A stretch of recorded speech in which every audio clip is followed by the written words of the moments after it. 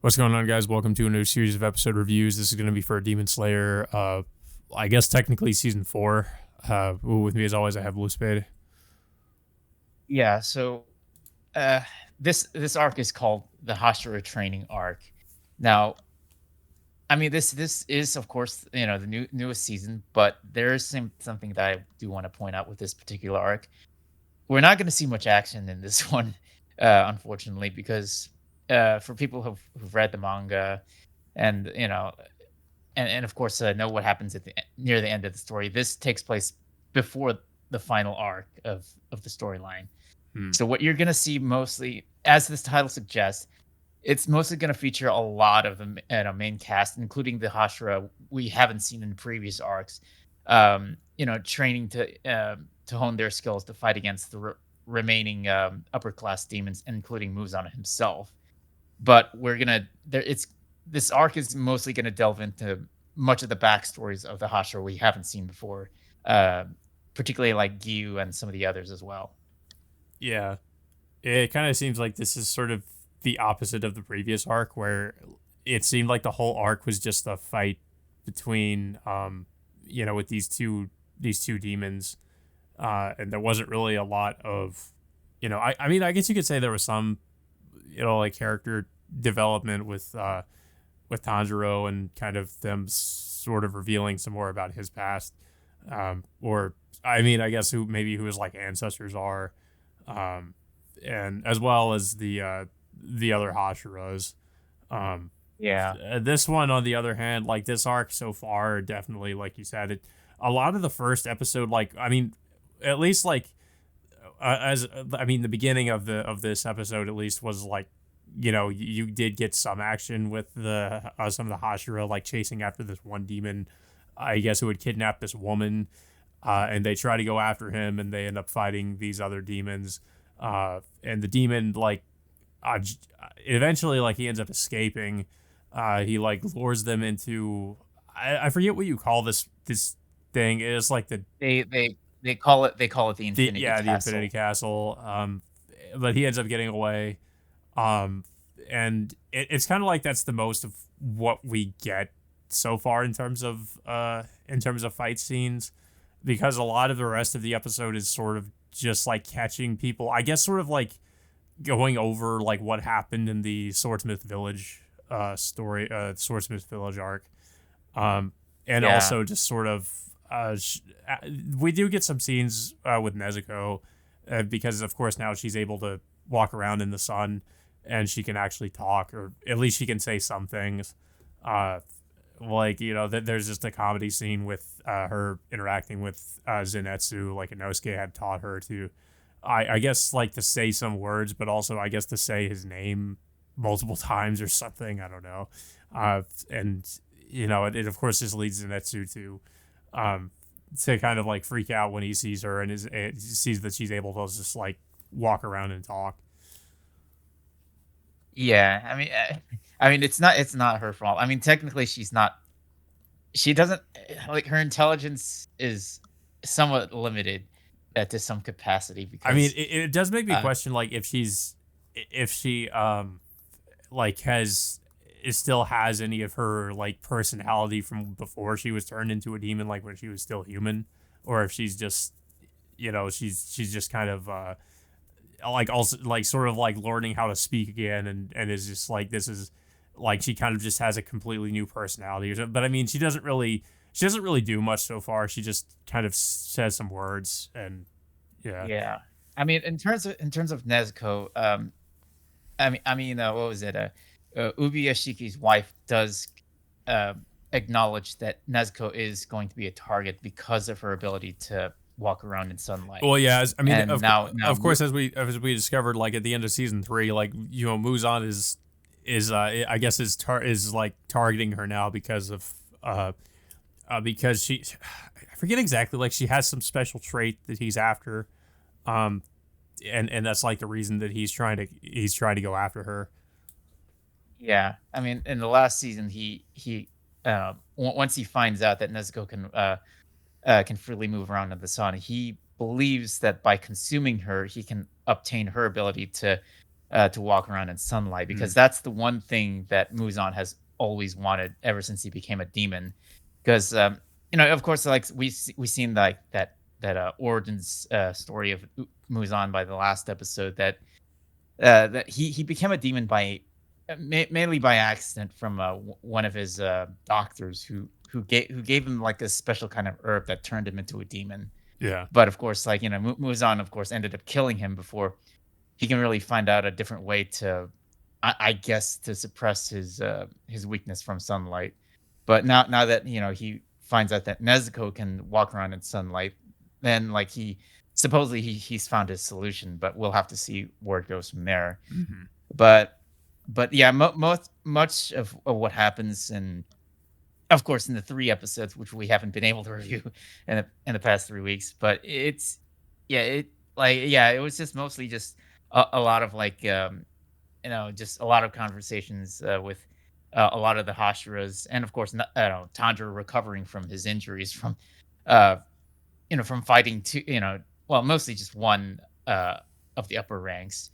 um so yeah, but it's what happens. I think Well, so. His first, I think the second episode, uh, we see him like trying to interact with well, Giyu, so who's of course the so very some other first. things too, like of course, it's called the Hashira training arc. And we do at least get a reason as to why, or as to what I guess the main plot of the arc in the first episode, where like all the Hashiras are gathered together, and I think what was it, the love Hashira? She's talking about how like uh like some, what was it, she when she was during a fight, she had um she had mastered or gained some new ability or something like that. And It's the that little, uh, I wouldn't say tattoo yeah, marking. yeah, It's that's it's right. yeah, the markings that they obtain while they're fighting. I mean, she's not the only one. As we know, Tanjiro can also use it as to some extent as well. Ever since the entertainment district, I same thing with Tokito also did it during his fight against one of the upper ranks too. is it like some But new like is it like does it make them more powerful to an extent, or is it like okay. yeah, it to some extent it does. Yeah, because so that's like kind of the main reason, I guess, why they're well, I guess like one of the reasons they're going through the training is to, I guess, for all of them to be able to gain this ability. So I guess that would, make them more formidable in a fight with Muzan. Yeah. I mean, they like Mitsuri gets asked like how she obtained this ability, but of course she can't really describe it in a consistent manner. So Togito like at least in a way tries to describe his experience and how he obtained it. Um he does mention that like his breeding style does change to some extent while he's obtained like that marking, at least for a short amount of time. Hmm. But in terms of like how they activate it, that's the question. So now, like their objective right now, by orders of of the headmaster, is to train, over the course of whatever how long to try to figure out like how to activate it willingly instead of like on the fly like what Mitsuri, Tokito, and Tanjiro did during their fight against the upper ranks. Yeah. Also the was the demon woman that is like, she's a doctor. Forget what her name is. She's visited by one of the crows, and they ask for her help. And Oh yeah, lady, let me yeah, Tamayo, Tamayo. right? It's yeah, she was of course like trying to figure out a way to, I guess, to find a cure for to turn demons back into humans. And of course, like you said, one of the crows flies in and requests that she and her assistant travel over um, to the Demon Slayer headquarters to continue their research. I guess to cure demonism of in a way, Yeah. Another and I guess thing. they're Oh yeah. So also we find out as well the head. I guess you'd say like the head of the Demon Slayer Corps. Like he's slowly succumbing, I guess, to his illness. So he's kind of I don't know. I guess we don't really know exactly like how much longer he has to live, but his condition is worsening, and he's I guess he could die at any time. So he's just slowly dying, or I guess closer to dying at this point. Yeah, it's gotten to the point where he can't, he's pretty much bedridden at this Yeah. point, so he can't, freely move around, so he has his wife, stepping in, you know, filling in for his position for the time being, until a successor is appointed. Um, but yeah, so, it's the episodes 2 and 3, I mean, like I said, it's like it's not really action heavy, it's just, a lot of character developments for, certain characters. Mm. For episode 2, of course, mainly focuses on, Gyu, who's, of course, the Hashira uh, who interacted with Titandro back in the very first episode of the series. So we get to learn a little bit more about Gyu for the very first time, what his backstory is, how he became a demon slayer and became a Hashira in the first place. Yeah. Yeah, they go over that, and it is revealed that like he knew a character that I thought I recognized this character because and of course it is revealed we did see him in season one.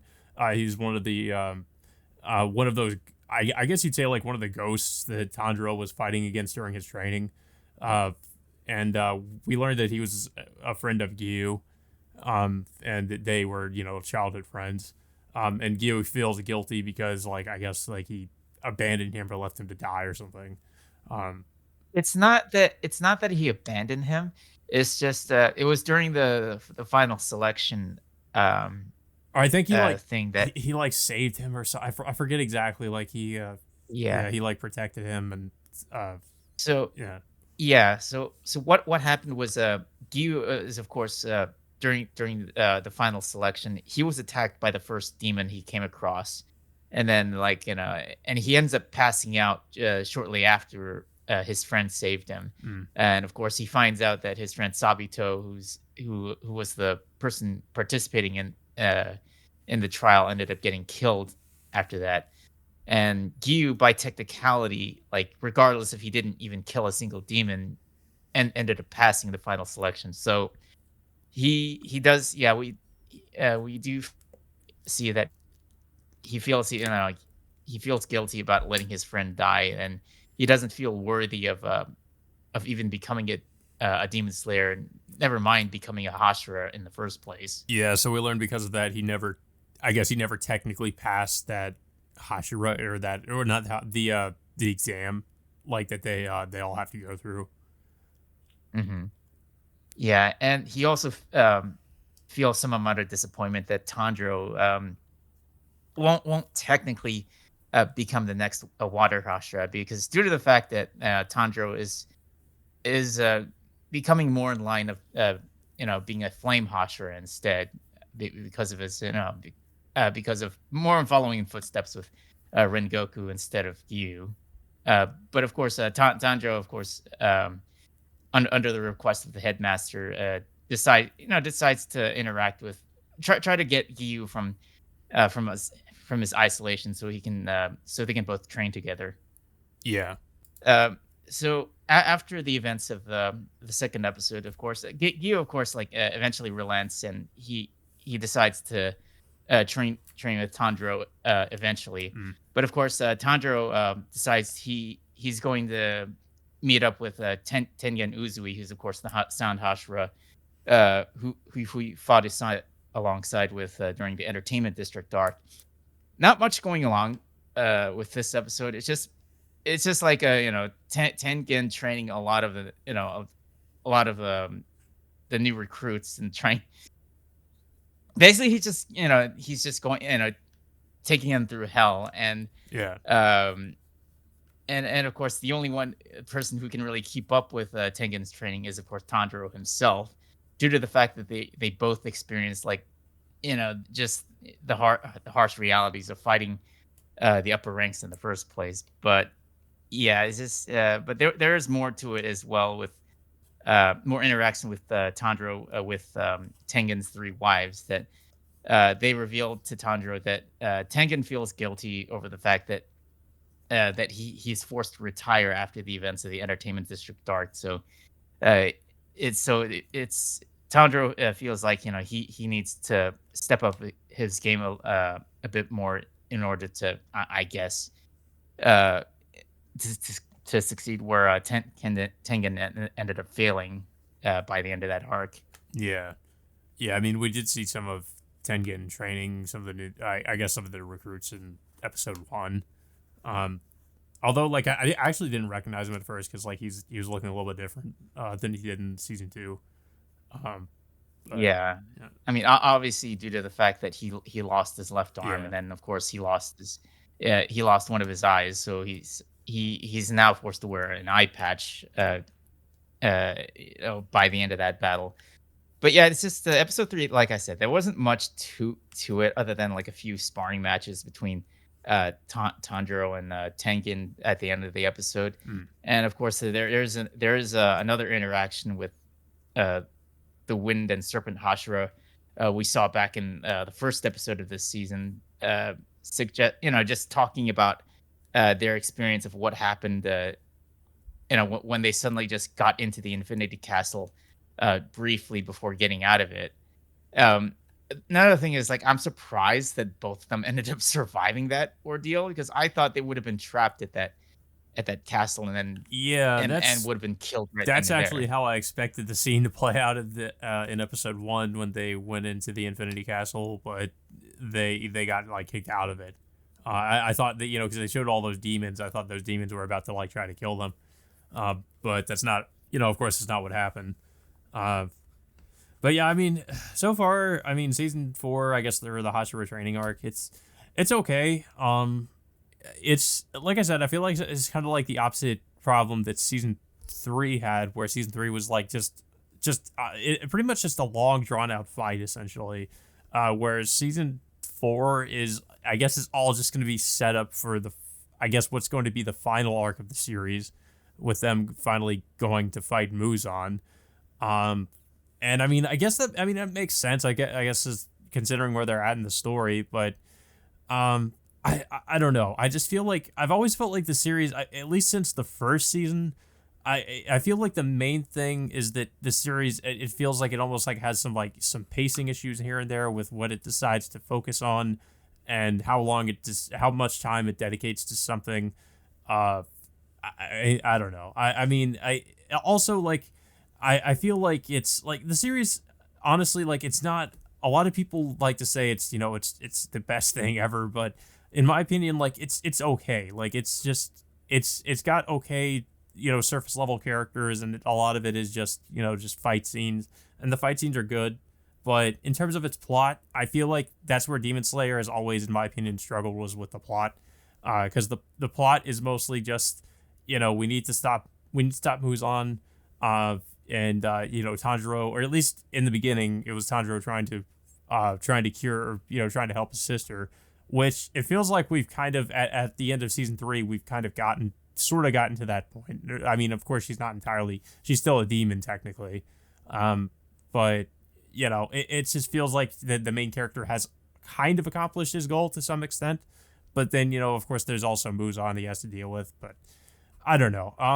It's always to me just been a very just average to just okay series, and it hasn't really done anything that's like really kind of blown me away, I guess you would say, or just made me think that this is the best thing I've seen since I guess some of the shonen that came out before Demon Slayer, or some of the the newer I series. I mean, with you I mean, with Ufotable, making this series, like, they've done a good job of making a lot of the battles, like, Yeah. incredibly Well, flashy yeah, to and a certain that's where I extent, feel like the series does excel, is that the animation and I do like the art style. I think I do think it has a very unique art style, and I think that it does stand out in that regard.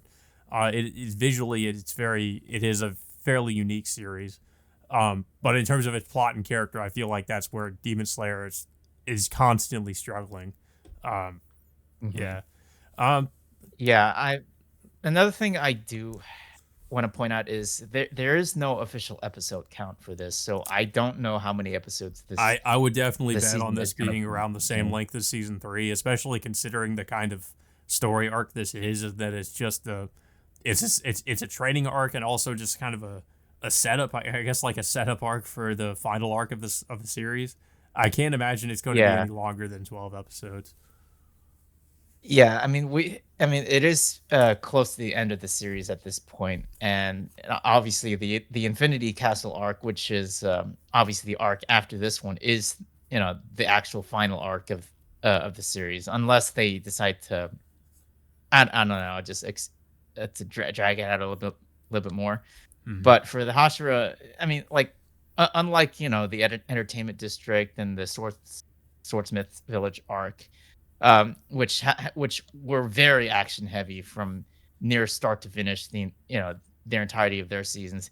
This is going to be one of the slowest seasons that they're going to be releasing I thus I would at far, least hope as with far as I know. yeah, I would at least hope that because this arc is trying to, I guess, be a little bit more less action heavy and a little bit more character and dialogue focused, that it tries to develop some of the characters a little bit more. Or I mean, of course, we are getting their backstory and everything, but I would hope that it tries to sort of develop some of the characters, especially like some of the main cast, a little bit more. But honestly, I'm just not really getting my hopes up considering how the characters have been so far in the series. I feel like a lot of them are very like kind of surface level and one note characters, and there's not really too much more to them than that. Um, I mean, hopefully this season tries to develop their characters a little bit more beyond that and their relationship. But I honestly I can't really see it happening considering how the series has been so far with these characters. Yeah. I would say I do believe that episode two's development for Gyu for the very first time. I think that was so far the best episode. Episode three, in my opinion, it was all right. It's Yeah. just mainly just the training episode with Tandro with Tengen, and there was of course I do want to point out that the sparring session between Tanjiro and Tengen by the end of that episode is anime original. So uh, Yeah, I do remember you mentioned it. I mean, of course, at the end of season three, we had that. I don't know if it was like the whole segment or like part of the backstory of Muzan was somewhat anime original.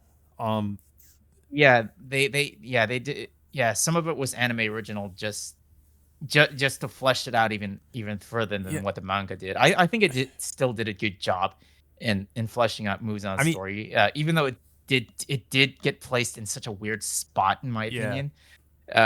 But yeah, I do feel like there were some good but awkward spots that they try to expand on on some of the backstories of certain characters. But yeah, I do believe that the Gyu backstory that was explored in episode two. I think it's so far it's the one of the better episodes for this season so far. mm, But in terms of like the follow up episodes, like in this one in episode three in particular is I don't know. It's like it just still mostly feels like filler in my opinion. And of course, by the end of episode three, Tandro has moved on to go to the dojo to train with Tokito this time. As to what they're going to end up doing, I still don't know as of right now. yeah, But yeah, that's pretty much where they're headed. It's just um, they're just it's just going by like with all the characters training to improve their skill set to hopefully maybe I don't know figure out a way uh to to activate like whatever their marks are that they can suddenly activate it during battle. But I mean, like I said, we'll have to see where it goes from here. But yeah, the Hashira training art is going to be somewhat of a slow season. yeah. It does. It definitely seems that way. But yeah, I don't have Yeah. anything else to say about these episodes. I don't know if you have anything else to say about it. Yeah, yeah, not too much, but I mean, I do like the fact that Demon Slayer is back, but it's just in terms of like, I kind of knew this even before the season started that it was somewhat gonna be like a slower season just due to the fact that they still need to build up to the final arc before this. So Mm, I mean, Yeah, I mean, I'm still excited that that we are getting close to the end, but yeah, just at this point of the story, it just feels like yeah, I don't know, it just feels like somewhat feels like filler in some ways. Yeah, I mean, it doesn't help that supposedly this whole arc is just the training arc. Um, and I mean, like I said, I hope it can maybe try to do something a little bit different where it does try to develop the characters because of that. Um, but I guess we'll see. But yeah, guys, that all being said, until next time, we will see you all later.